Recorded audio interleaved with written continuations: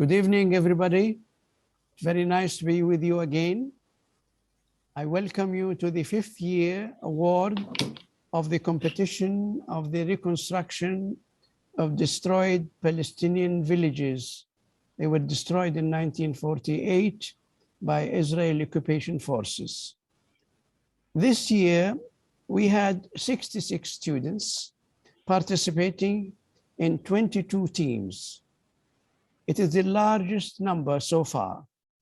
That is probably in spite of Corona, or perhaps because of Corona.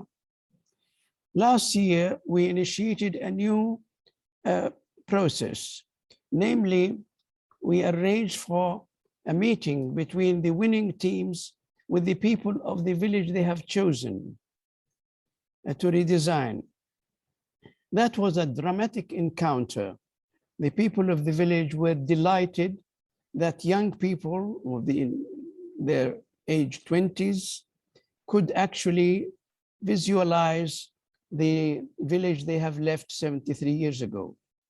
Not only the old people were delighted to hear about the reconstruction of their village and the work of the young people to visualize it, but also their younger children who are the same age like the designers or the students were actually very excited. And they asked some questions. Did you do this for us? Did you do that for us? We want our future village to be like this, to be like that. So I'm really delighted to see this, what I call dramatic encounter. It was full of pain for the old people, but it also was full of joy and determination and hope for the return.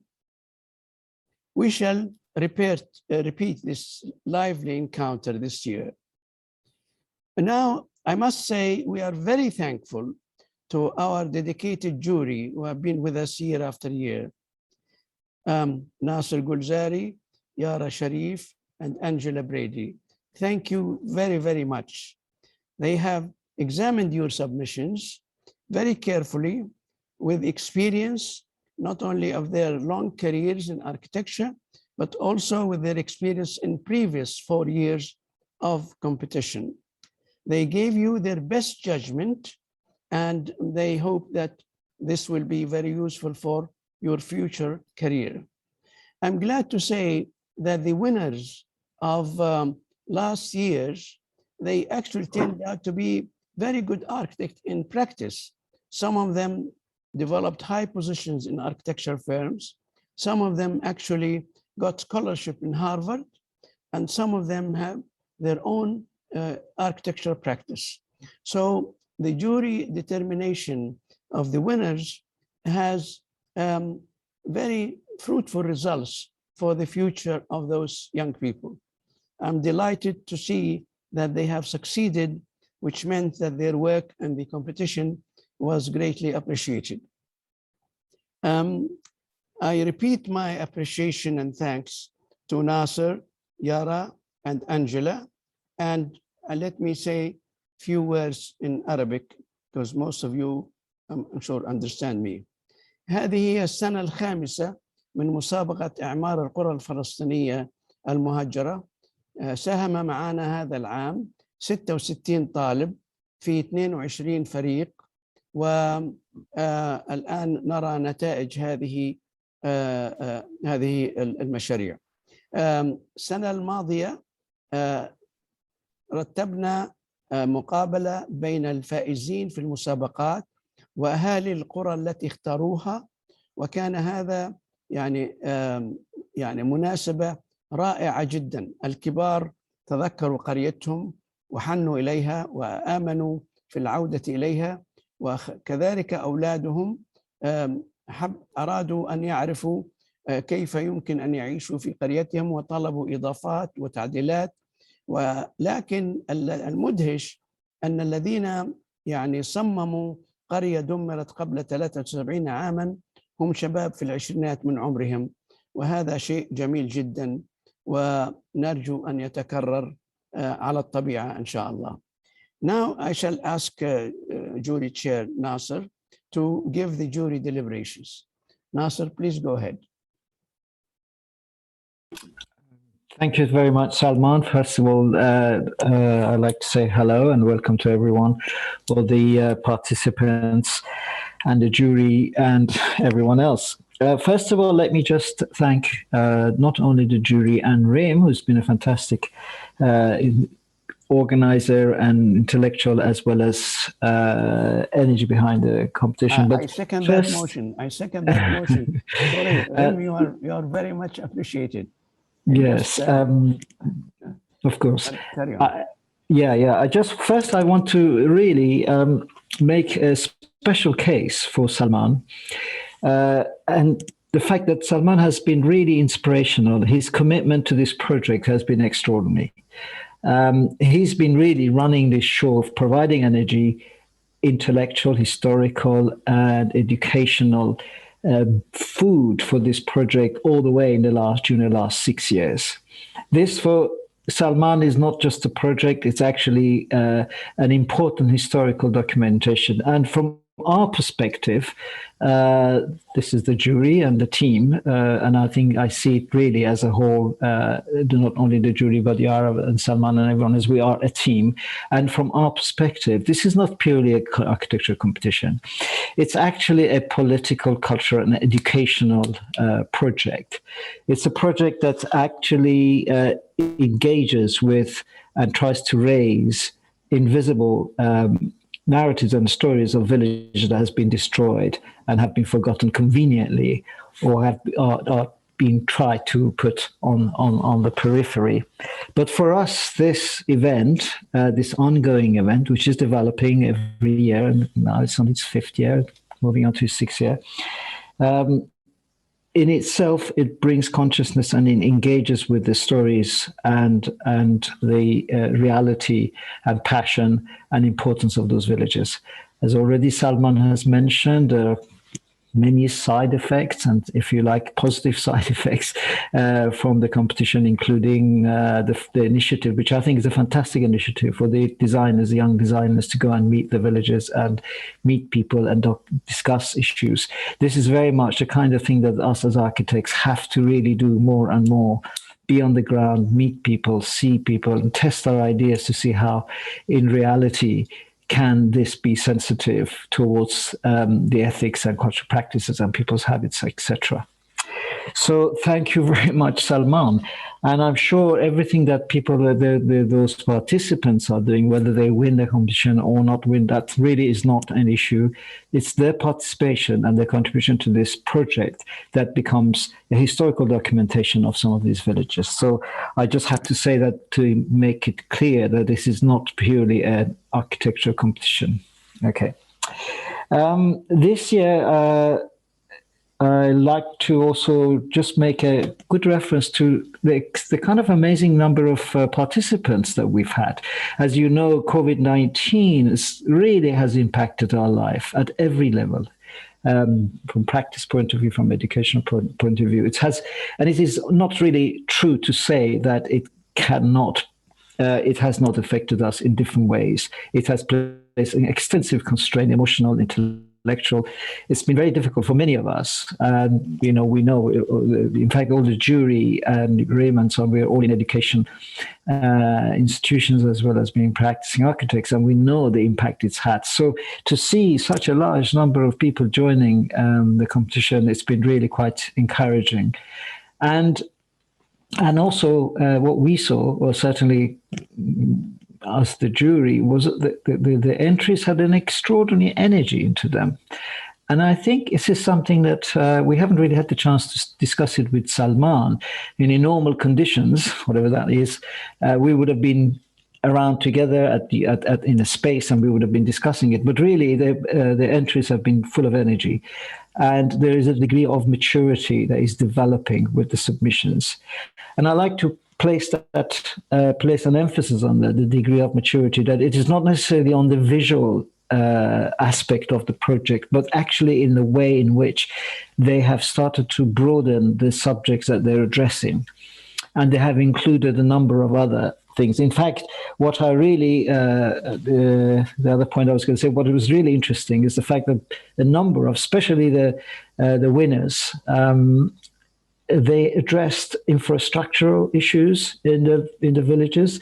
They went beyond just purely residential. They started to look at public spaces. They started to look at other resources that a city needs. And there was a kind of a degree of a kind of a positiveness toward in the projects. For example, when you look at, I'm sure the presenters are going to show you their work briefly, you would see some amazing public spaces, some kind of care for the design of public spaces. A care is given to institutional building as well as the individual buildings. So the fact that projects have been addressing two scales, I would say, the scale of the individual house, home, building, and the neighborhood at 1/2000 scale. It is a very intelligent architectural approach, designer's approach, to be aware that you cannot really address an issue only at smaller scale of a house, but actually it needs infrastructure support. So that certainly the top two projects, or the top four, whatever it is that we've selections what you're going to hear later on.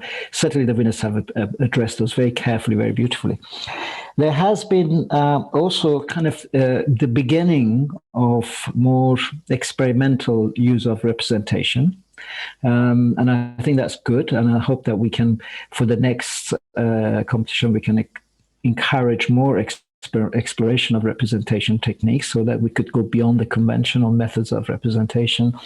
And also I'm hoping that gradually, especially given the case of Palestine and the issue of resources, natural resources, I think competition should address ecology, social ecology, as well as the environmental issues, because you can hear the planet is screaming at the moment. You can see the fires and the floods and everything is happening. My actually nephew put it really beautifully. He said, the planet is taking revenge from us. And I think there is an element of that. So I hope that gradually our designers in future would be able to address the issues of ecology, social and political. Okay, that's enough from me. And now I'd like to ask Angela and Yara to make their comments. Angela? Thank you, Nasser. Thank you, Salman. Angela, would you like to go first? As you like. Thank you. All right. I can go first. Go ahead, yes. Thank you all, and welcome everybody. It's really nice and uplifting to see 85 participants with us this evening. To follow on what Salman and Nasser said, I thought also it's worth mentioning that it's been really fantastic also to see new entries from new universities this year, which probably Dr. Salman also will pick that up, but we have entries from different parts also of the Arab world, and we have some individual entries, and that's been really very nice and uplifting because it also adds to this positive competition spirit and always new and innovative ideas towards the scheme. I mean, just to follow a little bit more on the Nasser has said about the approach in the competition and how we judged it, and what was interesting about the schemes, without giving too much into the projects, because you will hear about the entries later and Angela will talk a bit more about that. But I think what was really important is for us that the project did not only address the political issues of the context of Palestine, which is obviously a very fundamental aspect into the project, but also the social aspect, or what we call the softer edge of the Palestinian narrative, the softer narrative that we have our everyday life. Obviously, the project also, the interesting projects that were really interesting overall is that they weren't about normalizing the occupation and accepting it and reacting to it. And I think that's a point we all thought that this is a point of power. It was very much about addressing new way to narrate the Palestinian story and addressing a new way to also address contemporary issue that we want to deal with when addressing destroyed Palestinian villages. So obviously the political is always embedded within it, but there are innovative ways of dealing with it. A lot of times, or a lot of interesting projects that were submitted were not only looking at the icon or the monumental representation of the scheme. They may look at housing, look at other issues, but they were also looking, as Nasser mentioned, into the landscape. The issue of the built and also the issue of the unbuilt were interesting. These were part of the innovative aspects of the project that we looked into, and we felt that they added and enriched the projects more. Some looked at archaeology, some looked at ruins, interesting notions such as, and very complex theoretical discussions have been put forward, like this aspect or discussion on the aspect of memory, or the aspect of what is a museum. What do you freeze? What do you keep moving? What do you frame? And therefore, it wasn't only the issue of, as Nasser mentioned, the architectural representation, but it was also what we're looking beyond what we see in these buildings. Therefore, we had to look really thoroughly through the scheme. We had to read through the text very carefully, and we had to think of what is that alternative narrative or contemporary vision, or that reappropriation of the landscape that the competitors have looked into. I mean, just a couple of, if you allow me a few words to sum this up, maybe in Arabic, and it's slightly difficult for me, so excuse me if I'm using long terms, but this aspect انه الانتريز كان لها ابعاد ليست فقط جيوسياسيه، ولكن لها ابعاد اجتماعيه، رمزيه المكان، وطرح نقاشات جديده ابعد من فقط انها تطوع الفراغ وظيفيا. كان لها ابعاد اكثر innovative, creative، نقاط انطلاق افتراضيه، وهذا إشي زي ما ناصر حكى بنشجعه. فللعام الجديد بدنا نقاط انطلاق افتراضيه اكثر، imagination, innovation, which was there in the scheme, ولكن we hope that you could get even more innovative, more creative, and break the norms, even break the norms in the methods of representation. And sometimes the best ways of representing architecture may not be in architecture itself. And therefore, also one of the aspects that we want this competition to promote for is to also internationalize Palestine, its story, and find ways which may also be international ways of connecting ourselves to the outer world. And you've done that successfully. I'll stop here and leave it to Angela to talk a little bit more about the schemes. And thank you all, and thank you, Salman, for inviting us. And we look forward to the next 10 years and what's going to happen. Thank you. Thank you very much, Yara. Thanks, Yara. Marhaba, everybody. It's been a fantastic collection of projects that we've been looking through, and I think that this is the best year so far. I think that there's so much work, research and development that's gone into all of your projects that it was a real pleasure for us to be really looking through them. And I think that for us, it's a real challenge, in one way, to be looking through all of your projects, making sure we pick up on all the little hints that you're giving us about this and that. But I think that the approach that you have taken, and particularly the top 10, the top 5, and the top 4 that you'll be hearing from this evening, the in-depth knowledge, the in-depth research and development, and the urban results are a real pleasure to look at. They are just so good. I mean, one of them, when I was writing my notes, I just said, wow, the amount of work and design and thought. And today it's very much about storytelling, and it's about how do we tell the story? And it's the story of person to parent to grandparent, going back in time. And how do you actually translate a story from one place to the other? And I think that that has been beautifully interpreted by so many of you, and in particular the top few. How do you take people on a journey through your new vision that you have conjured up from listening to the story, knowing what you know about place, the importance of place, the importance of water, agriculture, craft. Most of all, it's the history, culture, and identity that is Palestinian through and through. And I think that is what has come across to me as being so beautiful, and the way that it just is there when you look at these projects. So it has been a real pleasure for me to be looking through all of the entries, and very difficult and challenging to shortlist them down. But I think that we do have a wonderful selection, and I'm really looking forward to hearing, from you and presenting your projects. But I do want to say a big congratulations to all of you, because it's a learning process for me and for us as well, where, with the in-depth research that you have done, and, looking at place in so many different ways, and then reinventing it for today, but with that history in mind, place, family, agriculture, water, ponds, rivers, thoughts, how we get together for family, for urban design, all of those things that are in all of your schemes is just amazing. So it's been a real delight, as I say, to be involved again. I think you have a fantastic team here that have been running it. Rim, you are amazing. And to have Salman really just promoting this in the way that he does, and working with Nasser and Yara, who I've known for many years. Delighted to be involved again, and a big congratulations to you all for taking part, and in particular for the ones that are shortlisted tonight. So looking forward to a very exciting evening. Thank you. Thank you very much, Angela.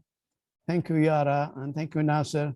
I'm sure the students will appreciate the wisdom and the experience given to them by such a distinguished group of architects who have a great record of projects around the world. And I'm sure the students will benefit from their experience in the years to come. I must say, I greatly appreciate the contribution of the fourth member of the team, Rim Kalsoom. Rim has been an integral part of the team since it started. She is the one who have organized your submissions. She is herself a distinguished architect. She is teaching at the University of Westminster now. She is no more a student. And so she is not only just helping in setting up this organization, this competition, but she is great architect in her own right. Now I'm going to ask Rim to ask the participant to give us a glimpse or a description of their projects at random. Go ahead, Rim. Thank you so much for your kind words. And I'm really honored to actually be amongst you all. I wasn't part of the judging panel, but I did receive the submissions, and they were really inspiring, and felt really honored to actually be able to, get a glimpse of these before they're going to be presented today. Okay, stop. The work that they have submitted. You may like to share your screen to present your work, or you may want to just talk about it. Each team is going to have 5 minutes to present the work. At the 3-minute mark, I'm going to signal in the chat. So if you keep an eye on the chat, so you know when 3 minutes have passed, and then you have 2 minutes to wrap up. We ask you to kindly stick to the 5-minute mark so that we do not overrun with time. And then once you have all presented, I'm going to revert back to Nasser, who would also like to have a final comment before Salman announces the winners. So I'm going to ask for NJH04, that's Ayman, Martez, Baha, Zahra, and Saad to present. Over to you. Okay, thank you very much. Should I just start? Should I just share my screen? Yes, you can share your screen, but please do keep an eye on the chat when I will signal 3 minutes have passed. Okay. The share screen feature is disabled for me though. Let me look into that.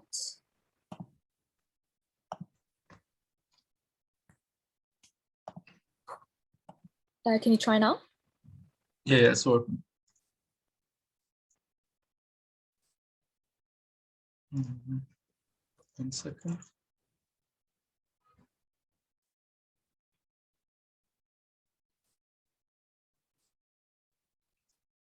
Okay, does it appear for you?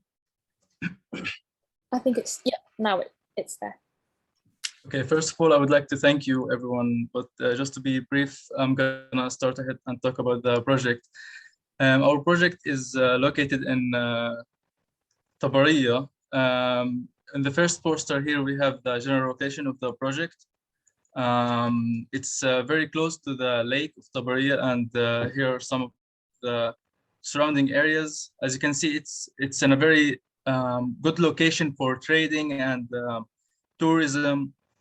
We tried to, in the designing process of this village, we tried to first look at what was there. And we have the photos here to show. As we saw, this village was completely destroyed and with forests planted over it.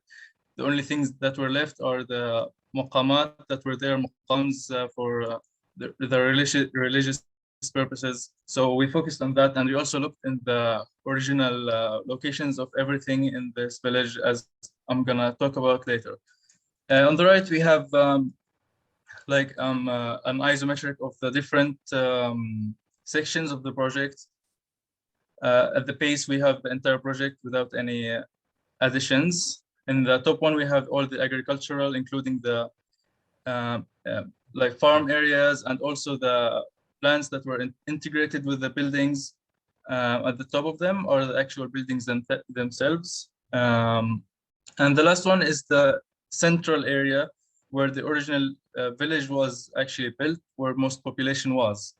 And also here's a section that explains the contour of the land. As you can see, the downtown area or the general central area was the highest point of this village, which we really focused on when we were designing this project.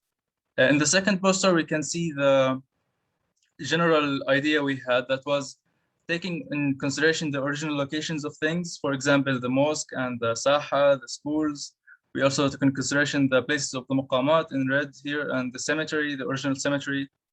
And also for this village was a very, a village that was dependent on farming. And a lot of that farm area was olive trees. And they had, in the central area of the village, they had an olive press. We also took that in consideration in the design.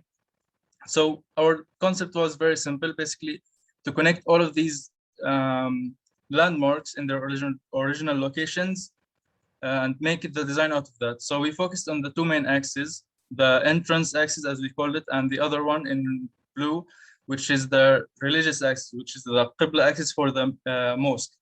So that was what we based our design on and what we used for the urban plan. And after we designed the central area, we also designed the expansion area. As we know, for people to return, there has to be a plan for the expansion. So we designed the units to be integrated with the nature, because these areas were originally agricultural areas. So we wanted to keep that spirit of agriculture in the housing area. As you can see, all the cluster of buildings has its own green area, which could be actually farms and whatnot. In the third poster, we have the site plan with with a map that has all the details about the locations of things. As you can see, from 1 to 14, and the locations, the name of everything, for example, the mosque or the cultural center, stuff like that. Also, on the right, we have the housing designs. So we focused on, as I said, making cluster of houses, and every house, every cluster with its own green area. Also, we made sure to take in consideration the floor heights, which is one of the main problems in housing projects. We took in consideration the contour of the land. In the places with higher contours, we used lower number of floors, and the lower contours or the lower elevations, we used more floors. So we made modules with an option for 1 floor, 2 floors, and 3 floors. In the central area, we used a different type of housing that was more designed to be a part of the central area. We had 2 types. The difference was in the orientation. We also made a a change in the design for shops for some of the units. At the bottom of this poster, we can see the general image of the village, the elevation for the entire village. As you can see, it explains also the contour where the center is and the landmarks appearing, for example, the mosque and the museum. In the next poster, the next couple of posters, we focused on explaining the different areas that we had, the different zones. This one is about the cultural zone. It has the main elements of the design in the central area, in the Saha. Some pictures here with some text explaining what they contain, also some sections to explain the contour and the general image of the area. One thing I would like to note about this area, or two things. The first thing is this memorial painting that we added to the Saha. It has a map that was originally drawn from the memory of the original people who used to live in this village.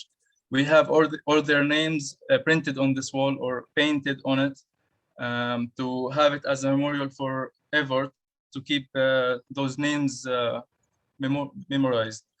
The second thing I would like to mention in this area is this symbolic garden that we planted the plant lubia in, which the village was named after. As you can see, in the summer, it looks pretty nice. The flowery plant. Also, apart from being a symbolic garden, it also functions for harvesting. Next to it is an area of gathering, which we were thinking when we designed this, that this could be like an area where people could gather in the harvesting seasons to trade and to talk about their harvest, and a place to gather. Also, there's a restaurant in the area and a guest house. It's all explained in the documentation. The next poster is about the other zones in the central area. First, the religious area where we kept the maqamat and the cemetery in their original places, and the mosque. We tried to design this area to be as close as possible to how it originally was. Of course, we don't know exactly how it was because it's all destroyed now, but we tried to, from satellite images that were previous to what happened. We also, in the next couple of pictures, we have the school zones also in their original places in the village. We also made a public park with a playground for people to, maybe after school they can gather here, study or play in the playground, and people on the weekends could gather here and relax. Also, the next couple of pictures are about the market. Basically, this was the entrance to the Saha. We made it a commercial zone so people could shop there. And the photo under it is that olive press that I talked about, with an area for planting olive trees. And the last thing is another elevation from another angle of the whole village in this elevation. And that's it. Thank you very much. Thank you, Martez. Thank you. If you can kindly just stop sharing. Thank you. So next up, I'm going to ask AQUs1 to present. That's Mariam and Dina.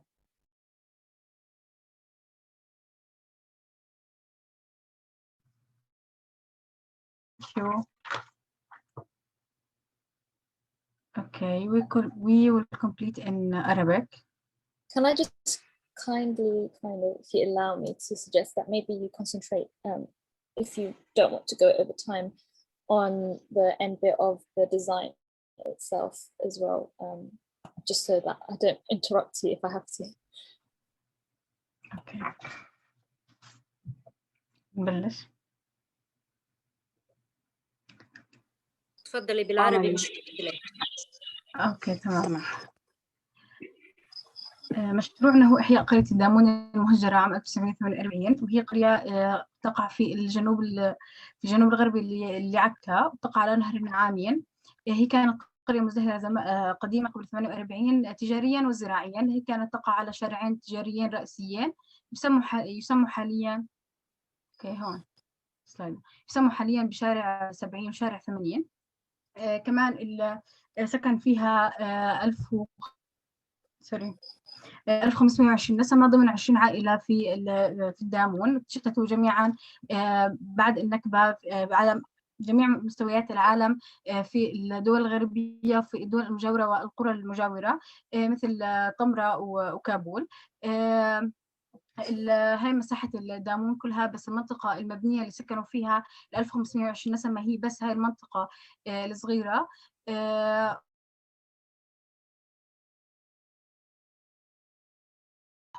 next.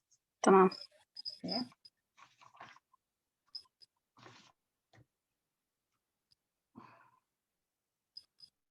وصلنا. الإنترنت بطيء بس. تمام. اوكي، بنيجي هون للميثودولوجيا اللي احنا استعملناها اللي هي مصفوفة ذاكرة الدامون. احنا بعد تجميع المعلومات لقينا كم هائل من المعلومات، سواء مقابلات او توثيق او ارشفة لهي المعلومات. فكرتنا مبنية على احياء ذاكرة الدامون كأننا فرد من افراد القرية. ذاكرة هاي لها فلسفات وكتابات كثيرة، واحنا ارتئينا انه ممكن ناخذهم اشياء شفناها عن تجميع المعلومات، اللي هي اهم اشياء شفناها عن تجميع المعلومات. من هيك صنفنا موضوع الذاكرة حسب ما شفنا إلى جوانب مجتمعية ومكانية، وكمان ذاكرة التجربة. الذاكرة مش بس هي ذاكرة النكبة، هي ذاكرة ما قبل النكبة والنكبة وما بعد النكبة من توفير حياة كريمة عند تحقيق حق العودة اللي بنوفرها بإحياء جوهر الذاكرة في تخطيط قرية الدامون. حاولنا بهاي المصفوفة نحدد إيش الأشياء المجتمعية والمكانية والتجريبية المهمة، مثل كون الدامون سلة عكا الغذائية، وهذا جزء من الذاكرة المكانية، العلاقة المباشرة بين قرية عكا، بين قرية الدامون وعكا. كمان الرحلة اليومية للعين اللي كانوا يقوموا بها نساء الدامون، اللي كانوا يجتمعوا فيها ويتبادلوا الأخبار، وكمان الاجتماعات الكبيرة اللي عند ساحة العين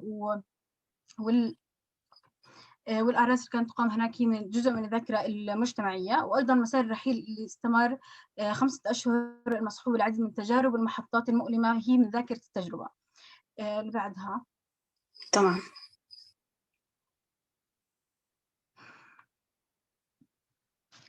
من هون بدأنا الكونسبت كيف إحنا بدنا نعكس الذاكرة من الناحية المعمارية، وبعد دراستنا لعدة حالات دراسية والأنماط المعمارية المختلفة لها علاقة بالذاكرة، شفنا إن الجوانب الثلاثة المرتبطة بحياة الناس ما قبل النكبة وبالنكبة وبعد النكبة لها علاقة بعمارة الذاكرة، والعمارة مرتبطة بعمارة الحرب واللي بتعبر وبتظهر وبتوثق الألم والمعاناة، وتخطيط القرية لتحقيق حق العودة على أساس جوهر هاي الذكريات. بعدها. تمام. استطلاع الأربان بلان.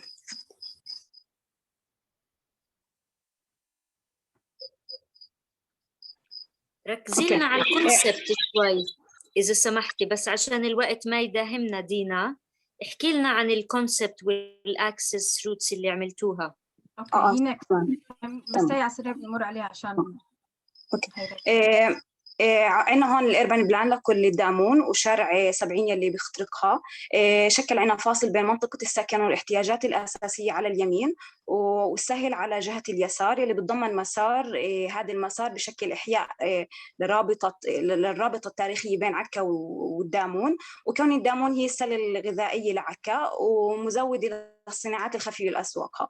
هذا المسار بتضمن محطات أثرية حاولنا نستحضرها في نشاطات مختلفة مماثلة لوظيفتها القديمة، مثل عندنا المطار البريطاني اللي استحدثناها بطريقة سكاي دايفنج أو باراشوتات، إضافة لأنه عندنا بمر هذا بمحطات صناعية في منطقة الصناعات الخفيفة اللي استغلينا فيها وجود برك الأسماك لتكون مورد الإنتاج فيها. هاي المحطات بتكمل لتوصل لشارع 85 الهاي واي يلي بيوصلها بعكا وباقي مدن الشمال بشكل مباشر، إضافة لأنه هذا المسار برضو احتوى على محطات ترفيهية في منطقة نهر النعامين كجزء مقترح لإعادة تأهيله وإحيائه ليكون نقطة جذب للزائرين. أما المنطقة يمين الشارع اللي هي شارع 70 احتوت على بقية الأربن بلان يلي بشكل منطقة السكن وكل الاحتياجات الأساسية للسكان. وفي الوسط عنا البلدة القديمة يلي حاولنا فيها نحافظ على المنطقة يلي كانت مسكونة قبل 48 تكون كمنطقة أثرية، وركزنا فيها على المحكى يلي له علاقة بالذاكرة والهجرة. وفرنا كتير احتياجات من مباني عامة وخدمات مختلفة. عندنا تورينج رودز، الأول بحيط بالبلدة القديمة وبربطها بشارع كابول وطمرة، والثاني هي نت بطيء، والثاني بيربط المناطق التجارية. كل المناطق اللي اقترحناها بشارع 70 حاولنا خلال التخطيط إنه نحافظ على طبيعة الدامون الخضراء، وبنفس الوقت هاي المناطق تشكل مناطق مفتوحة للسكان. أوكي، هون بس نحكي بسرعة. عندنا هون المنطقة القديمة يلي كانت مسكونة دينا، قبل عفوا بدي أقاطعك، سامحيني بس عشان الوقت دهمنا، احكي لنا أكثر بسرعة. بهمنا نحكي على الاركيتكتشرال ريزولوشنز، فاحكي لنا بسرعة عن هاي والنكست سلايد لأنه فيش وقت، خلص الوقت، فأعطينا هاي بسرعة عن هاي وبسرعة عن النكست سلايد. هم هاي هنا هون المنطقة يلي كانت مسكونة قبل 48 أخذنا المخطط الهيكلي لإلها كمرجع أساسي إلنا خلال عملية التصميم وإحيائها كمنطقة محكى. حللناها وأخذنا الأشياء الأساسية في هذا الاستراكشر. هون رح نبلش في الفكرة. تمام. هون عندنا بنحكي الليفل الأحمر اللي هو بيعبر عن العمارة المؤلمة، والليفل الأخضر هو بيعبر عن الحياة اليومية القديمة. الليفل الأحمر مرتفع على الأخضر عشان إحنا مؤمنين إن إحنا حتى بكل الوجع والأسى عند الهجرة بضل الحدا يطلع على الحياة القديمة وبضل حاسس إنه رح يرجع لهي الحياة القديمة، وهذا هو سبب إن مسار الرحيل استمر ل5 أشهر. كما استخدمنا لايت ستراكشر بالليفل الأحمر اللي هو شيء مؤقت مش رح يكون دائم، اللي هو الاحتلال والظلم بتاعه. والليفل الثاني اللي هو ان الحياه اللي رح ترجع زي ما كانت زمان. هون بالليفل الاخضر عندنا ساحه العين وكمان احواش بنعيش فيها تجارب مختلفه من الحياه اليوميه قبل حرب 48. وبالليفل الاحمر عندنا ساحه بتعبر عن الانفجار الرئيسي اللي هو كان سبب هجره اهل الدامون، وبعدها جسر محطاتها بيعبر عن مسار الرحله. بعدها بيندمجوا بيندمجوا في فتحة تحت التلة بالمتحف، وبعدين بيروح لمنطقة الحضارية الموسعة اللي هي شرحت عنها زميلتي دينا. هون هي الأشياء اللي إحنا استنبطناها من المصفوفة، حاولنا أن نعكسها بالعمارة في المشروع. تمام. حاولنا ان تكون منطقه الذاكره انتراكتيف سبيس، بنقدر من خلال المستخدم انه يبني ذكريات جديده لها علاقه في الماضي. فمشان هيك وفرنا سبيسز للثلاث فئات اللي هي كبار صغار كبار سن. عندنا مناطق مختلفه، في كل منطقة بتعرض لنا جانب من الذاكرة بيربطها مسار رئيسي. هذا المسار بيخطر كل هاي الزونز ليقدر الزائر خلال رحلته إنه يعيش أو يدخل في جو كل منطقة مقترحينها بناء على التجارب والذكريات القديمة. اعذروني صبايا، نيكست سلايد، اعذروني بس عشان الوقت. نيكست سلايد، معلش بدي أقاطعكم excuses but you have to go to next slide. لأنه دهمنا الوقت كتير. روحوا على السلايد الثانية. تمام، احكوا لنا أكثر عن هاي السلايد. اوكي، هاي بنفوت فيها اللي حكينا عنه الليفل الاحمر اللي هي العماره المؤلمه. كمان هون بنشوف الجوانب اللي استنبطناها من المصفوفه المرتبطه بالنكبه المؤلمه اللي عكسناها بالعماره. مثلا في مسار الرحيل كان عندنا اغلب الرحله تحت اشعه الشمس الحارقه، لهيك عندنا محطات بنعكس فيها اشعه الشمس. والمشي على الارض الوعره وعلى الزجاج في المسار. كمان حطينا اماكن منفصله في الباث انهم يمروا على ارض متكسره وصعبه المشي عليها حتى يعيشوا هاي التجربه. ومنطقه الانفجار الرئيسي اللي حاولنا نعكس فيها البرج اللي بيطل على كل المنطقه وبيعيد التجربه البصريه والصوتيه للانفجار. بنشوف لغه الزوايا اللي بتعكس المشاعر الصعبه والالم في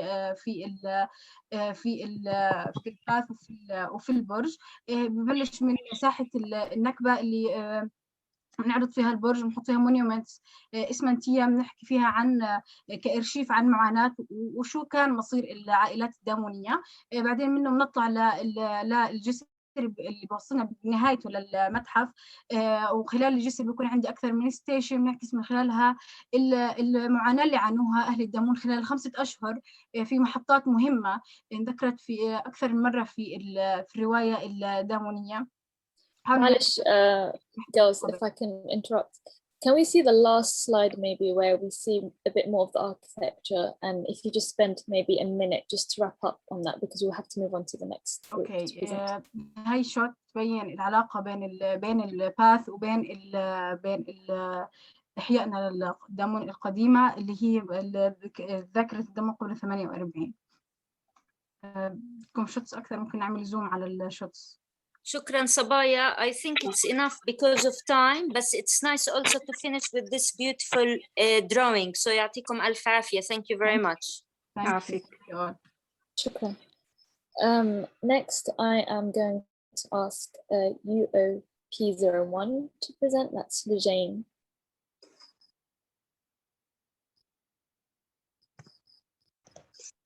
Hello everyone. I will share my.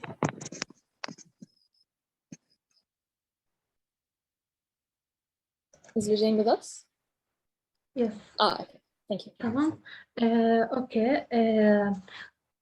First of all, I will talk about my project. It's a reconstruction of the village of Lubia. It's located in the Tabariya in Palestine. My project name is the Return Gate, and actually Lubia village is a gate for Palestine. It's located on Tabariya Nasra Road, like we see here, and it was an important road for in the past for travelers from Turkey and Sham. So Lubia was a rest place for them, also for Salah ad-Din army who liberated Palestine in 1187. Now I will go quickly to the master plan. So when I start design, I was thinking of three main targets: the visitors from around the village and the visitors from outside Palestine. Also, I was thinking of local people who will live in Lubia, so I will provide housing, services, and job opportunities for them. I divide the group of houses into three spaces. Every group of houses have الحواكير. الحواكير, it's a spot of land that it has the important foods for people like نعنع مرمية, and every group of houses have a parking because as we know that the people in 2021 development and everyone using the cars. So I have a three group of housing like we see. Also here we have Al-Khan. It was in the past named Al-Khan because, like I said, it was a rest for travelers. So I make Al-Khan for visitors. At the same way, I give the visitors more choices. They kept in this Al-Khan or go here for barbecue and camping, or go here for the cottage. It's divided like a traditional housing in the past for Palestine. And here we have in the highest point of the village, we have visitor center. It's connected to the Mamsha between the trees. This Mamsha lead us to another visitor center. We have here in the middle of the site we have a popular market. It has all shops that the people need because like we know the people in the village use walking, so I make the popular market in the middle so everyone can reach it by walking. Also, I make the mosque here, so also people can reach it by walking. Beside it, I bought a public yard for selling vegetables and here we have a school beside the mosque. Like we know, there's a strong relationship between mosque and school, but I don't make it together because to develop it to suit people in 2021. And here we have lowest point have it was named Birkat al-Ajaina to collect water, so I rebuilt it for the same reason. And here we have the olive tree press to give job opportunities for local people. I will go quickly to the concept. In my concept, I'm telling a story through the memory of your grandparents. The story, I will keep fighting for my home because it's my right, my past, and my only future.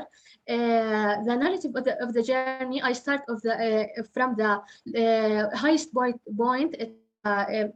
Highest point, it's the visitor center, and I go through the public yard here beside the mosque, because I want the visitors to have a connections with local people. Then I go through the path here. I will show here the 3D shots, and then I go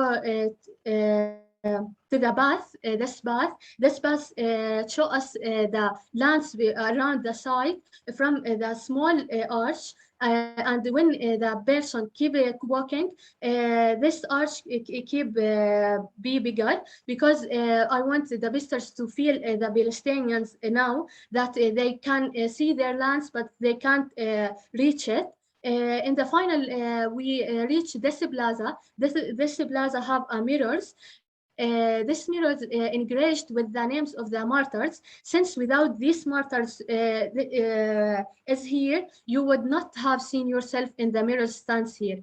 يعني لولا انه هدول الشهداء موجودين، احنا كان مستحيل تشوف حالك قدام هاي المراية، مستحيل تشوف حالك واقف بهاي القرية.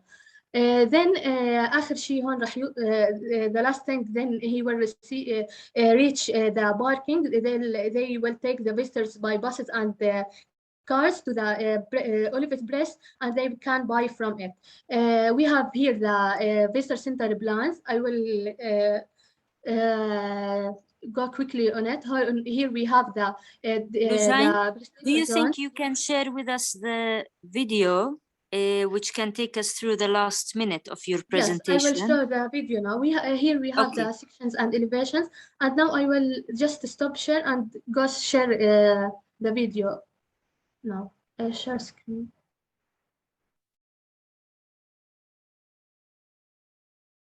مش موجود.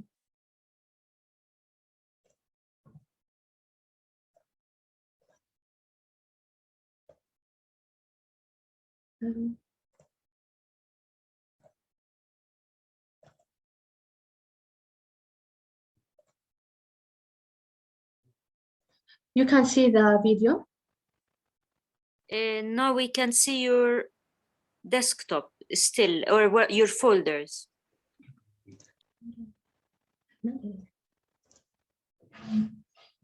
Here. Yeah.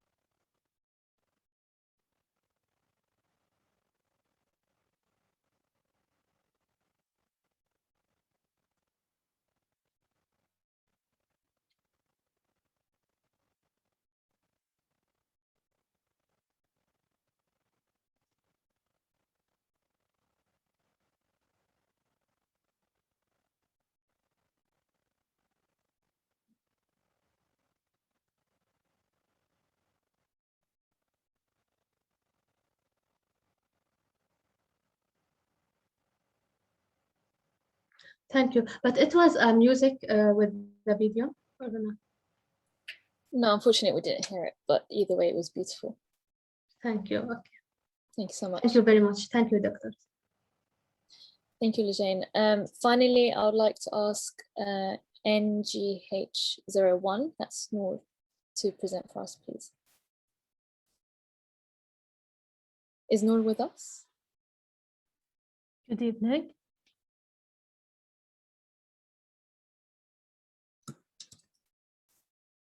Can you see my screen? It's still loading.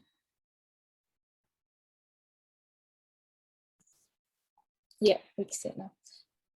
So the village I worked on is Al-Walaja, which is located southwest of Jerusalem on a large hill on a mountain north of Wadi Sarrar. This is Wadi Sarrar, in which the Ottoman Railway passes through, and other pivotal roads that connect Jerusalem with Bethlehem and Jerusalem with Jaffa pass through Wadi Sarrar. And I want to clarify that Al-Walaja is from Al-Wuluj, which means a place that so many roads pass through. And in my project, I tried to emphasize on the importance of these roads by linking them directly with the village center. So I will move to the master plan. This is my master plan. There were two main connecting features. The first is the path that connects the village center with Wadi Sarrar, and the other is a bridge that links the two hills of the valley with each other. In the eastern hill, Ain al-Balad is located, and the extension of the bridge leads to an educational complex, which is located at the original site of the old school. The other side of the bridge leads to, ends at a public square, which separates two neighborhoods from each other's. If we move further in this direction, we reach to a public park, and at the top of the mountain, there is a forest. The housing units were distributed over 4 main neighborhoods so that each neighborhood represents one of the indigenous 4 families of Al-Walaja, which are Al-A'raj, Al-Wahadne, Al-Hajajle, and Al-Atamne. The housing units are distributed into Hosh system. And in each Hosh, the units are arranged in U-shape or L-shape, surrounding a semi-private space.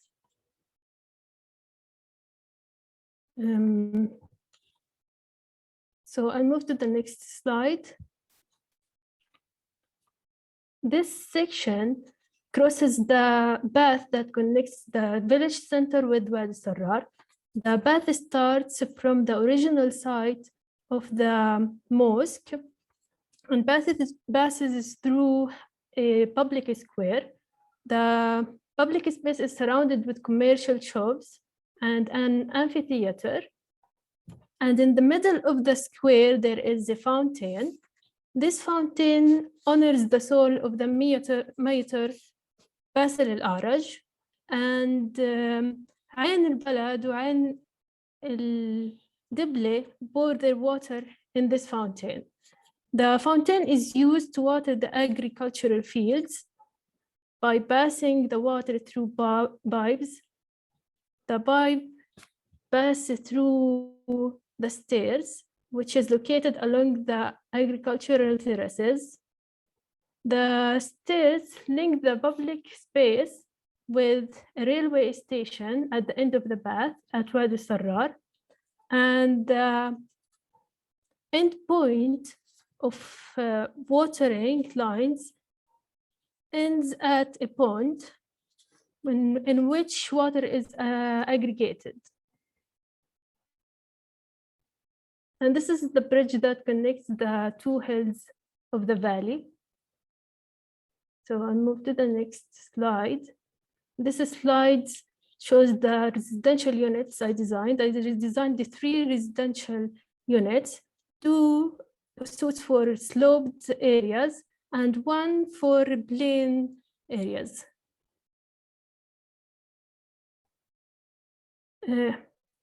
So here's a section for the bridge. And the last poster for 3D shots. So that's it. Thank you, Noor. Thank you very much. Thank you all for your presentations. I'm now going to ask Dr. Nasser Gozari to give a few comments on the submission. Thank you. I think there's... if you can kindly all mute your microphones, sorry. Okay, thank you very much, Nareem, and thank you everyone, all those who presented. Just wanted to very briefly go, I know you all want to know about the awards, but I just want to go through the judging process, the way things get done traditionally in this competition. Basically, when the entries come in, we go through each submission to make sure that they comply to the general requirements of the competition. So generally speaking, most of the time, we do have quite a lot of disqualification because people just don't submit certain things. But actually this year, and Dream can correct me if I'm wrong, I don't think we had any disqualification. I think every entry complied to all the requirements of competition, so that was quite good. The judges went through and we made our first 12 shortlist, which actually was quite similar in an interesting way.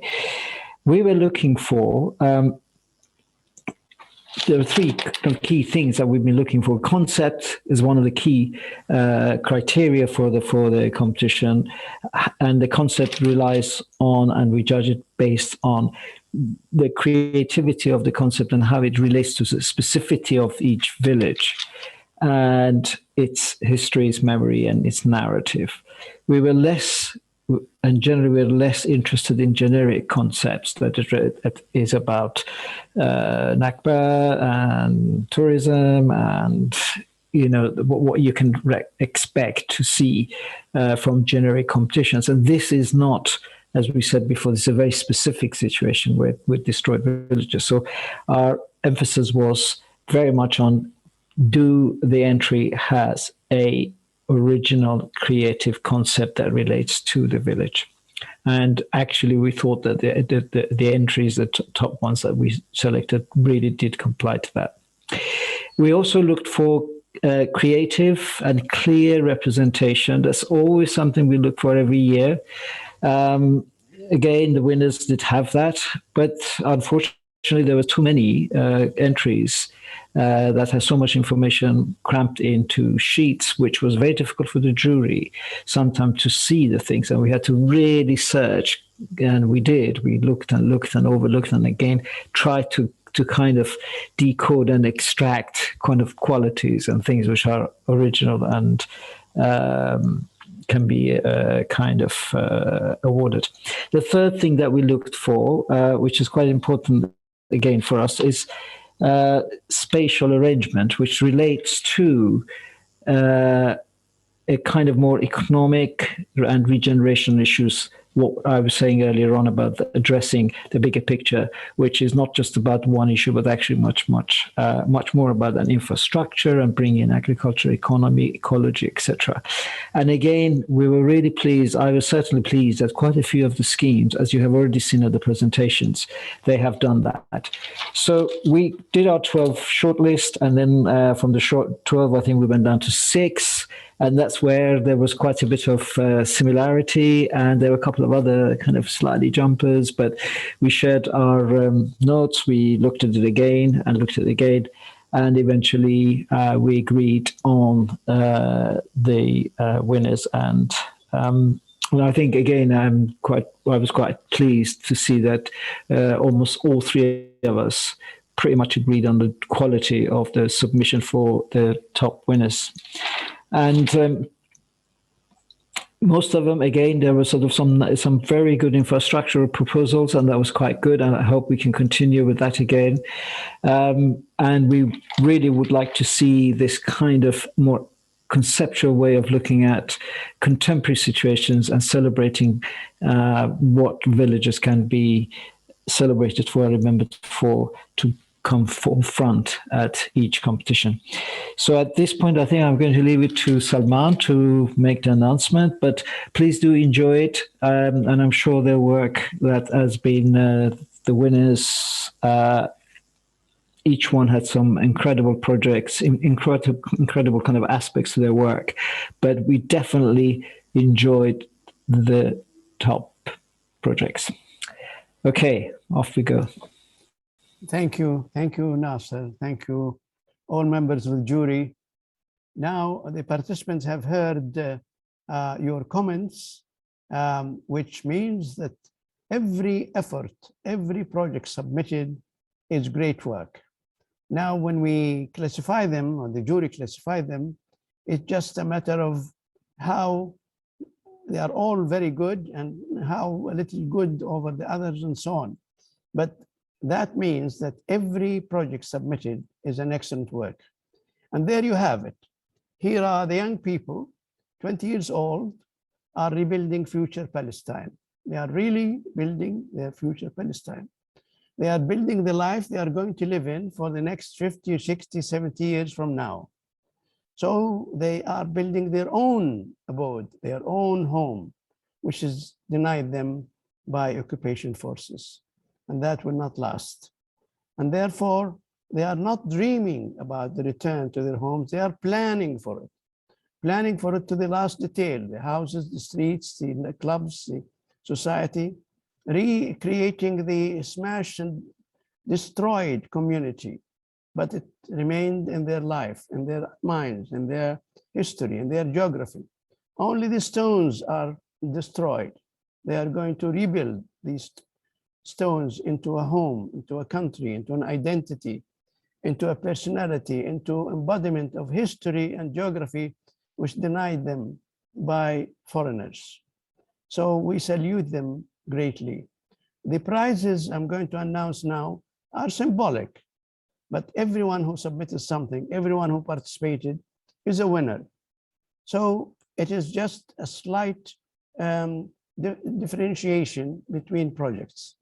And therefore, everyone is a winner who submitted. Because when you submitted, you emphasized your identity, your ability, and also your future. And you emphasize your history and geography as well. So congratulations to all those who participated and those who actually participated in the beginning, but they could not continue. We also salute them. Now, let me announce the award in reverse order. The jury gave the word commendation for Birzeit team, Ahmed Masalma and Abdulrahman Qutna for their project on Beit Jibrin. Beit Jibrin is a historical village. It was attacked by Zionist forces in 27th of October, 1948, and its people have been dispersed in West Bank and Jordan. So congratulations, Ahmed Masalma, congratulations to you. Now I go to the third award awarded to Mariam Wahsh and Dina Abu Shamla from Al-Quds University about their project in Ad-Dammoun Acre District. Ad-Dammoun was attacked by Israeli forces on 15th of July, 1948, and most of the people have been expelled towards Lebanon. The prize, the third prize, is 500 sterling pounds. Congratulations. Congratulations to Miriam and Dina. Congratulations. Well done. Thank you. Well done. Now, Mabruk. Mabruk to you, all of you. The second prize goes to Noor Isam Mujahid of An-Najah University about her project in Al-Walaja, Jerusalem district. Al-Walaja was attacked in 21st of October 1948, and most of its inhabitants have been pushed in ethnic cleansing to the West Bank. And the prize for the second award is 750 sterling pounds. Congratulations, congratulations, Noor, congratulations. Now we have an unusual outcome this year for the first prize. There are two prizes, both are first prize. So we decided to give the first prize to two teams.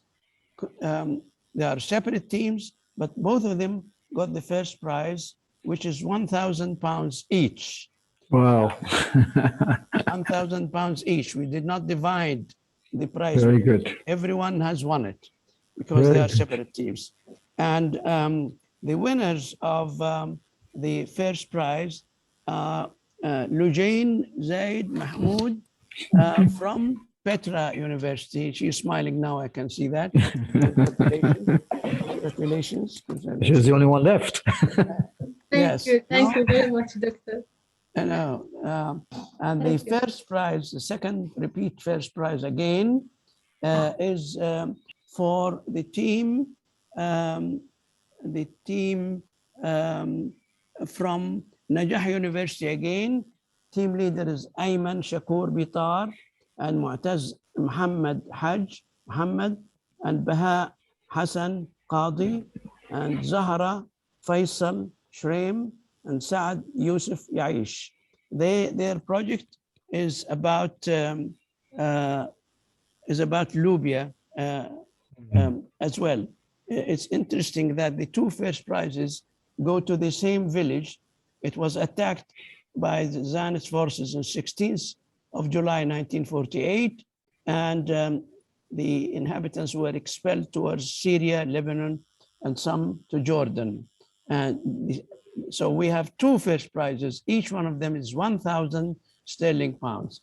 Congratulations to all of you, and we wish you all great future career in the service and the rebuilding of Palestine. That is your duty, and that is your destiny, and that's your good luck for you to do that.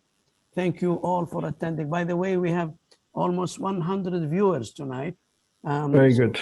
This is great. Dr. Salman, Yes, may I also yes. say congratulations to the tutors of the students who've been fantastic, because one could feel also their spirit and soul in the project and the care and attention. So thank you for your guidance, and mabruk for everybody for this amazing success. Congratulations all. Thank you, Yara, for And I'd like to say that thank you for bringing Sure. that up, because Yeah. we have in our experience in 6 years that when students win, it's always because their coordinators or supervisors are giving them full attention, guiding them through the documents, helping them here and there. And we have found a direct correlation between the coordinator or supervisor effort and the winners of that team. So we appeal to all your supervisors to help the students, because they reach that situation today where they can get prizes and awards. Thank you all. Tell your fellow students to be ready for year 6 of the competition, because Palestine need to rebuild 560,000 villages. So we have a lot of work to do. A lot of work to do. I'm sure you'll do it. I'm sure you'll do it. Well done. And could I just add? Yes, please go ahead. At the very end, could I just add, to all of you that have done this competition, it is your passion and drive that makes this all worthwhile, not for you, not just for us, for everybody. And that, I believe, is what will drive this through to a reality. Let's go forward for that reality. Be good to hear from a few comments from the winners, and I must say also that we really enjoyed the top 2. There was excellent work. I think by the time we finish, you probably can slightly change your architecture behind you and introduce your creativity to the image behind you. But anyway, that was a joke, by the way. It would be really good to take our congratulations to your university, to your colleagues, especially to your tutors. Be nice to hear a few words from you. Word from the winners. Go ahead. Anyone want to make a comment? I want to thank you, Dr. Salman Absitta, for it's honor for me to participate in such like this competition.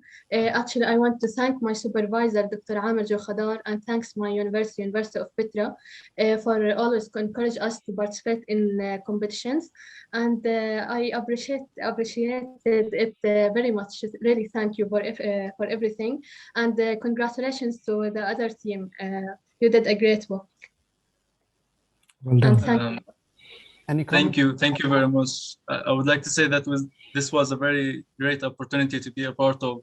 We as a team felt like we were part of something big, and we felt like we were doing something for our homeland. And of course, I would like to thank our doctor and supervisor, Dr. Hassan Qadi, as he helped us a lot and steered us in the right way for this competition. Thank you. Well done. Thank you very much. Excellent. Anyone else? Yeah. Yes, I want to thank my supervisor, Dr. Hassan Al-Qadi. I really appreciate your effort and your continuous support. Without your effort, I couldn't make it here. And of course, I want to thank the jury and everyone who helped to make this event. Thank you. Mariam? Yeah, I want to thank you, Salman Absitta, and the jurors to choose us. It's amazing that we are here by the name of Al-Quds University as the first group we are participating this competition. I'm really appreciating and glad for that. I'm really happy. And I want to thank my supervisor, Dr. Mahar Samad. She was amazing. I love her. Thank you. Thank you all. Very Well good. done. Very good. Let me tell you that all your work will be recorded and saved on our website, Palestine Land Society website. And the work will be accumulated year after year and will appear in a book. Also, perhaps in the future, we'll make an exhibition of the outstanding presentations. So your work will be preserved forever, I hope, and will be time for it to be implemented on the ground. And as I said just a moment ago, we have 160 times villages to rebuild. Each year we select 10 villages.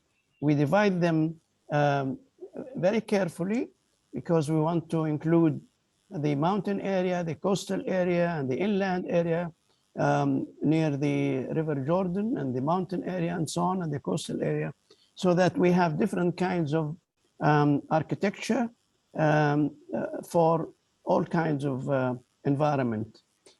So it is not a wasted effort by any means. It is an effort which is your next generation of architects will go back and look at your work, and in the next year they will learn from it, perhaps improve it or think of new ways. So it is preserved in posterity for you. Good luck, and have a good future preserving and building Palestine. Thank you all for participating. Thank you. Thank you. Well done. Thank you. Thank you. مبروك للجميع. مبروك لكم جميعا. مبروك جميعا. الله يبارك فيكم. الله يبارك فيكم. Your work celebrated. Shukran. Well done. Well done. Goodbye. Goodbye.